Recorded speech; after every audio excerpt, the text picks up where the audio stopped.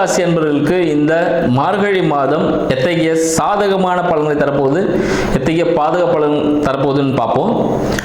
மார்கழி அப்படின்னாலே தனுர் மாசம் சொல்லுவாங்க. சூரிய பகவான் தனுஷு ராசியில் சஞ்சரிக்கிற காலம். இந்த காலகட்டத்தில் பார்த்தீங்கன்னா சூரிய பகவான் யாருன்னா 9க்குரியவர்னு சொல்லலாம். ஸோ தந்தையின் மூலமாக சில அனுகூலமான விஷயங்கள் நடப்பதற்கான வாய்ப்புகள் உண்டு. தந்தையுடன் சில நேரத்தில் வாக்குவாதங்கள் நடப்பதற்கான வாய்ப்புகளும் உண்டு. ஏன்னு பார்த்தீங்கன்னா இந்த தனுசு ராசிக்கு 5க்கும் 12க்கும் அதிபதி. ஸோ குழந்தைகளால் விரயம், மனது விரயம், சரிங்களா? இந்த குலதெய்வத்தின் அருள் கொஞ்சம் கிடைக்காத காரணமாகவும் இருக்கலாம்.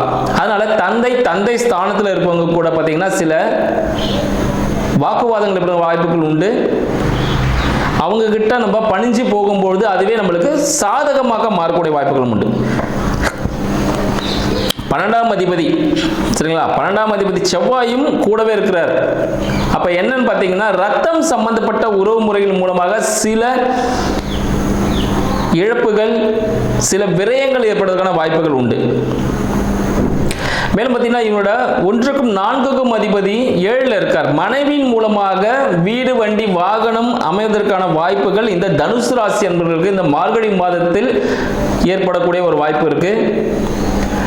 வீட்டு இடம் இருக்கு, அதை கட்ட போறீங்கன்னா இந்த மாதத்தில் உங்களுக்கு ஒரு சக்சஸ்ஃபுல்லான ஒரு பிளான், ஒரு அப்ரூவல் அமைவதற்கான வாய்ப்புகளும் உண்டு. உங்களுக்கு 2, 3 அதிபதி 4ல் இருக்கிறார். இது வரைக்கும் நீங்க சேர்த்து வச்ச சொத்துக்கள், உங்களோட படிப்பு, உங்களோட என்னென்ன நாலேஜ் இருக்கோ எல்லாமே ஒரு அடுத்த நிலை எட்டி நீங்க அடுத்த வாழ்க்கையில் வேற லெவல் மாறுறதுக்கான வாய்ப்புகள் இந்த காலகட்டத்தில் ஏற்பட போகுது. உங்களுக்கு 3ல் ராகு இருக்கிறதுனால இந்த யூடியூப் சார்ந்த விஷயங்கள் இதெல்லாம் நிறைய அவாய்ட் பண்ணிக்கோங்க.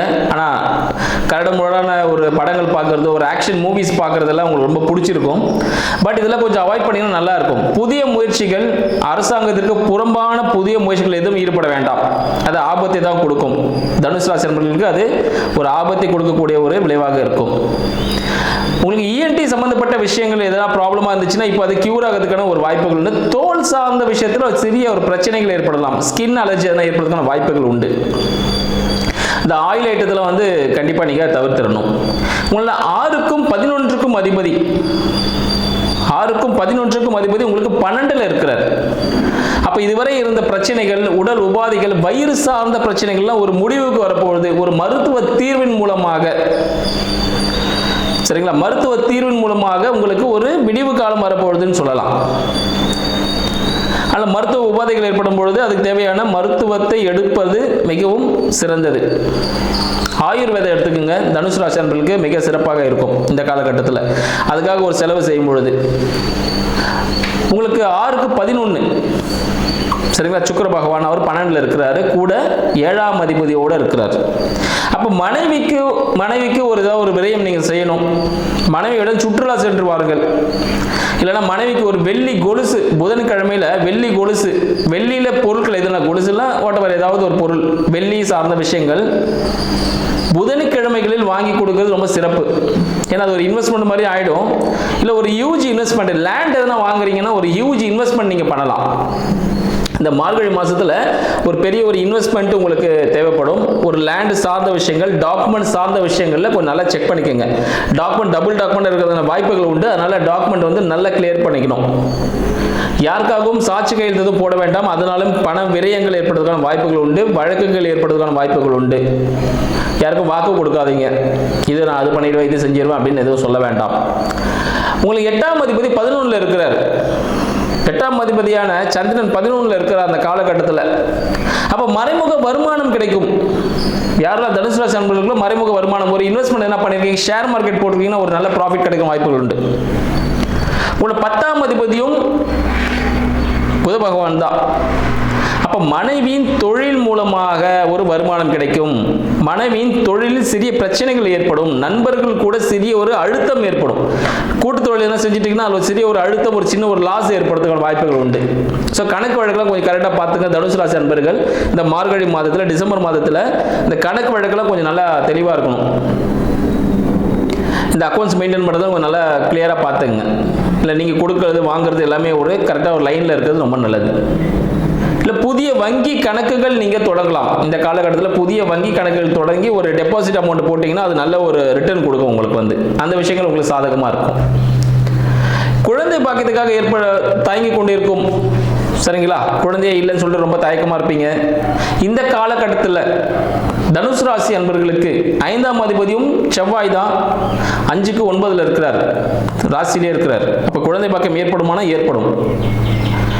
சூரிய வழிபாடு செய்யுங்கள். தினமும் காலையில் எழுந்து சூரிய வழிபாடு 6 மணிக்கு முன்னாடி, 6 மணிக்கெல்லாம் சூரியன் வந்துடுவார். இந்த காலத்தில் 6:05 6:10 வந்துடுவார். காலையில் அதிகாலை சூரிய வழிபாடு தங்களுக்கு குழந்தை வளத்தை ஏற்படுத்தக்கூடிய ஒரு அமைப்பு.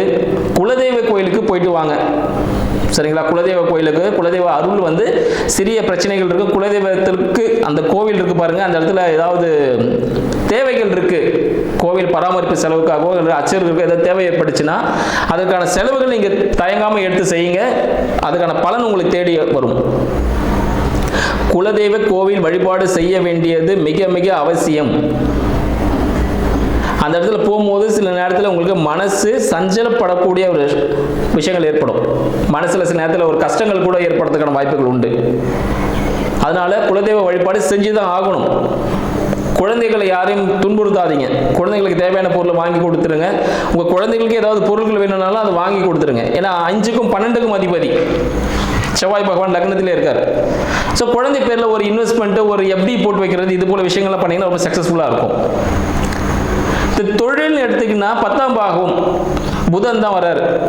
அவர் எங்க இருக்கார்? 12ல் இருக்கார். ஸோ தொழில் சார்ந்த புதிய முயற்சிகள் உங்களுக்கு விரயத்தை ஏற்படுத்தும். என்ன பிசினஸ் பண்றீங்களோ, என்ன வேலை செய்றீங்களோ அதை அப்படியே செஞ்சுட்டே இருங்க.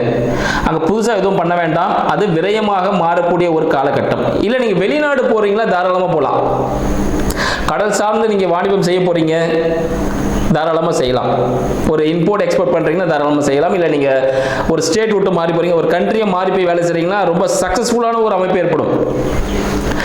யாரெல்லாம் ஃபாரின் ட்ரை பண்ணிட்டு இருக்கீங்களா ஜாபுக்கு, இந்த காலகட்டம் உங்களுக்கு ரொம்ப சூப்பரான ஒரு காலகட்டமா இருக்கு. நீங்க விரும்பிய ஒரு வேலை கிடைப்பதற்கான ஒரு காலகட்டம் இருக்கு.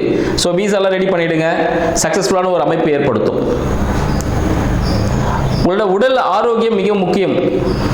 உடற்பயிற்சி கண்டிப்பா நீங்க மேற்கொள்ளணும், சரிங்களா. எப்போ பார்த்தாலும் ஃப்ரெண்ட்ஸ் கூட சுத்த வேண்டாம். இல்லை மனைவி கூட கொஞ்சம் நிறைய இடம் வெளியே போயிட்டு வரதுக்கான அலைச்சல்கள் ஏற்படக்கூடிய வாய்ப்புகள் உண்டு. குடும்பத்தில் சில நல்ல விஷயங்கள் நடக்கும், அதுக்காக அலைச்சல் ஏற்படும். அந்த விஷயங்கள் ஏற்படும், உடல் உபாதைகள் ஏற்படுறதுக்கான வாய்ப்புகள் உண்டு. ஆனால் கண்டிப்பாக தனுசு ராசி அன்பர்கள் உடற்பயிற்சியை மேற்கொள்ளணும். இருதயம் சார்ந்த பிரச்சனைகள் ஏற்படுறதுக்கான வாய்ப்புகள் உண்டு. வாயு தொல்லைகள், சளி தொந்தரவு ஏற்படுறதுக்கான வாய்ப்புகள் உண்டு. அதில் சளி தொந்தரவு வந்துச்சுன்னா டாக்டரை அணுகி அதுக்கான மருத்துவத்தை மேற்கொள்ளுங்கள். இத்தகைய சாதக பலன்கள் நம்ம தனுசு ராசி நண்பர்களுக்கு இந்த மார்கழி மாதத்தில் நடைபெற இருக்கிறது. பார்த்து வாழ்க்கையில் வெற்றி பெறுங்கள். நன்றி, வணக்கம்.